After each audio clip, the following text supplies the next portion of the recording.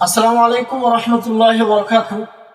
Malaysia প্রবাসী মেয়ের আব্বি ভাই একজন এতিম বাবা মা হারা মাদ্রাসার ছাত্রের জন্য 2200 টাকা পাঠিয়েছে। এই টাকার মাধ্যমে এই এতিমকে আমি একটা পাঞ্জাবি, এক পিস টুপি, 2 পিস গেঞ্জি, এক জোড়া ভালো জুতা আর নিত্য প্রয়োজনীয় কিছু জিনিসপত্র আগামীকালকে কিনতে যাব।